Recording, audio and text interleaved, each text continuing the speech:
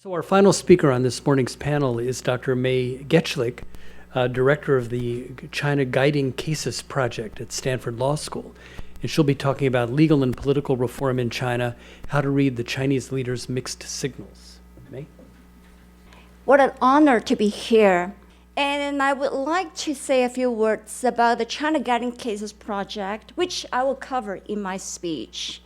While all of the information available on the website, can be downloaded for free. So you can actually go to the website. First of all, today, I want to focus on the talk that I drew on, the book chapter that I completed last week. And I think it will be interesting to share some information. So then you can take a close look about the legal and political reform initiatives in China. Well, first of all, you probably ask, are you kidding me? Legal and political reform, really? Based on what I have heard so much about all of these challenges facing, for example, lawyers in China, all these lawyers who try their best to protect the legal rights of ordinary citizens. In fact, last night, I just came across a statement issued by the president of American Bar Association expressing strong support for those attorneys, and then urge everyone, including the nonprofit sector, academia, to actually support these attorneys. Then what are we talking about when we talk about legal and political reform in China? I'm not going to draw any conclusion until I share the information with you and I pose the question back to you, okay? First of all, I want to actually, I think Professor Gold shared a lot of useful background information, but I want to summarize a little bit before I talk about the Open Government Initiative. First of all, we actually still remember that 1911, the emperor, this dynasty, Qing dynasty, was overthrown, and then as a result, the nationalist party was in control, but not really fully in control, while China was still chaotic. And then the Communist Party was actually established in 1920s until Japan invaded the country, and these two parties decided to jointly fight against the Japanese troops. People's Republic of China, then after the end of the Second World War, they continued the Civil War. And then finally, the Nationalist Party lost, and then they had to go to Taiwan. People's Republic of China was established in 1949, and then based on what you still remember, then all of these years, they experienced a lot of chaos, fight, all different types of movements. And until finally, we had the Cultural Revolution, and then that ended in 1976. And then they looked back, oh my goodness, this Middle Kingdom turned out to be so lagging behind. In December 1978, the Chinese leaders finally realized that they had to do something to adopt the open door policy to catch up. Now, this is actually the setting I want to remind you. But then immediately after that, they didn't actually do anything along those lines about really the type of reforms that we are looking for. And then they just actually catch up by, adopting the open door policy. And the first set of laws they adopted actually related to foreign investment. And then the rationale behind the foreign investment laws was actually to adopt a set of rules so that they can encourage more foreign investment. And then through that, they want to learn more about, foreign technology, advanced technology, and attract foreign investment so then they can actually get some foreign currency to advance the development, the economic development of the society. Now that's the setting, okay? But that's already actually quite, dramatic changes. So then now we move forward. Then until 2007, then they actually finally adopted this piece of legislation called Open Government Information Regulation. That's a big deal in terms of the Open Government Initiative, because for the first time, they finally have a piece of legislation that actually set the national standard to require governments, regional, local governments, to meet the standard to disclose government information. But let's talk about the background. How did they start? How did they actually finally come up with this piece of legislation? And that's the beginning. Well, I share with you. In 2002, finally, 2001, the State Council established a group, an expert group, and they decided to actually think about strategy. And then that group finally, in 2002, issued this document called Guiding Opinion of the National Informatization Leading Group on the Development of E-Government Affairs in China. But then notice that when they talk about government information disclosure, and then at that time, the driving force behind that was they realized the significance of developing e-government was to improve the quality and efficiency of government administration.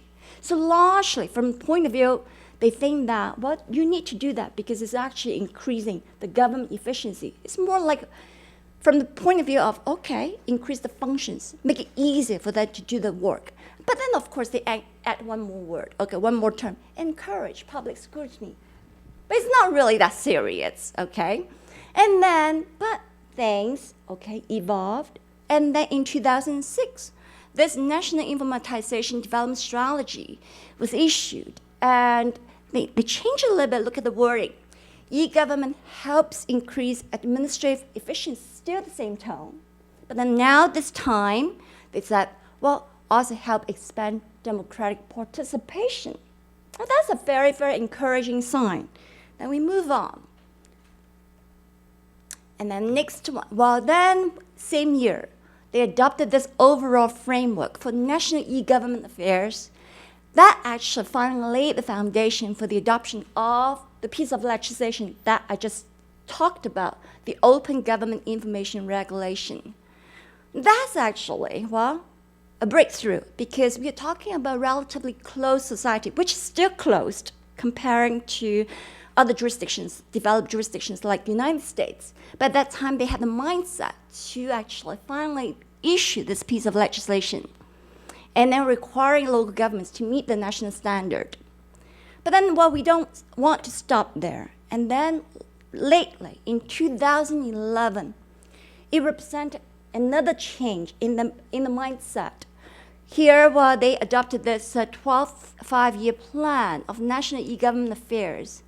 That actually marked a new stage of e-government development in China because e-government is actually regarded as a strategic initiative to deepen the reforms in the administrative system and build a service-oriented government with which the citizens are satisfied. For the first time, they talk about citizens. They talk about satisfaction felt by citizens.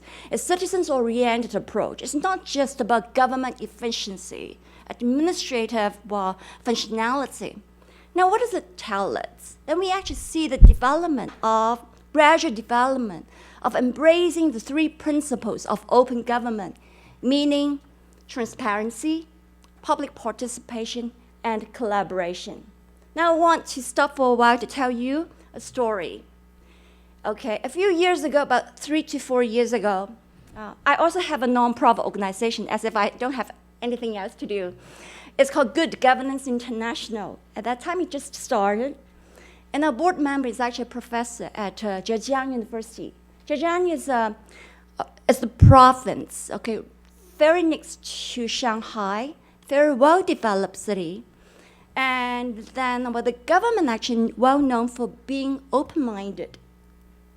At that time, the professor approached me and then said that, May, by the way, the local government, he actually had very good relationship with the local government in Hangzhou. Hangzhou is the capital city of Zhejiang province. May, by the way, the professors actually approached, the government leaders approached me saying that we would like to do something together because they had some collaboration before. I said, what did they propose? They would like to have a project focusing on livelihood and democracy. What do you think? What do I think, Professor? When the government leaders, especially local government leaders, say that they would like to work on a project about democracy, you just say yes, no matter what. I said, give me 1 week, I will be able to think of something. So then that week, this is very interesting. That week, it's very interesting how this actually happened. A few months before that conversation took place, I came across a United Nations report on e-government development index. E-government development index. At that time, I was thinking, oh, this is so cool, so interesting. But then I had reservations about one aspect.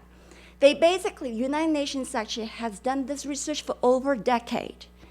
The goal was to assess the government websites, portal websites of different countries to try to tell us, well, whether they have done a good job to promote disclosure of government information. So they have done such a good job that they have examined more than 100 countries in the world. And when I look at the report, I was actually very excited about that report, but then I have major reservations. Wait a second. How could you just use one number to describe a big country, a diverse country like India and China? For example, Shanghai, of course, Shanghai government in terms of disclosure of government information, they probably actually have done a better job than government in Tibet. Okay, it's a huge difference. So at that time, I was thinking that if I would have a chance, I might want to develop a country-specific index for China. So then, at that time, when the professor approached me, saying that the local government would like to have a project about livelihood and democracy, I just put all the dots together. Then I thought about that. Why don't we develop a project focusing on China e-government development index? So then, because when you talk about open government, and then you develop government websites in different parts of the country, are they really doing a good job? How informative are these websites are? So then finally, the Hangzhou government actually said yes, and then we had a collaboration. The full report actually was published in December 2000.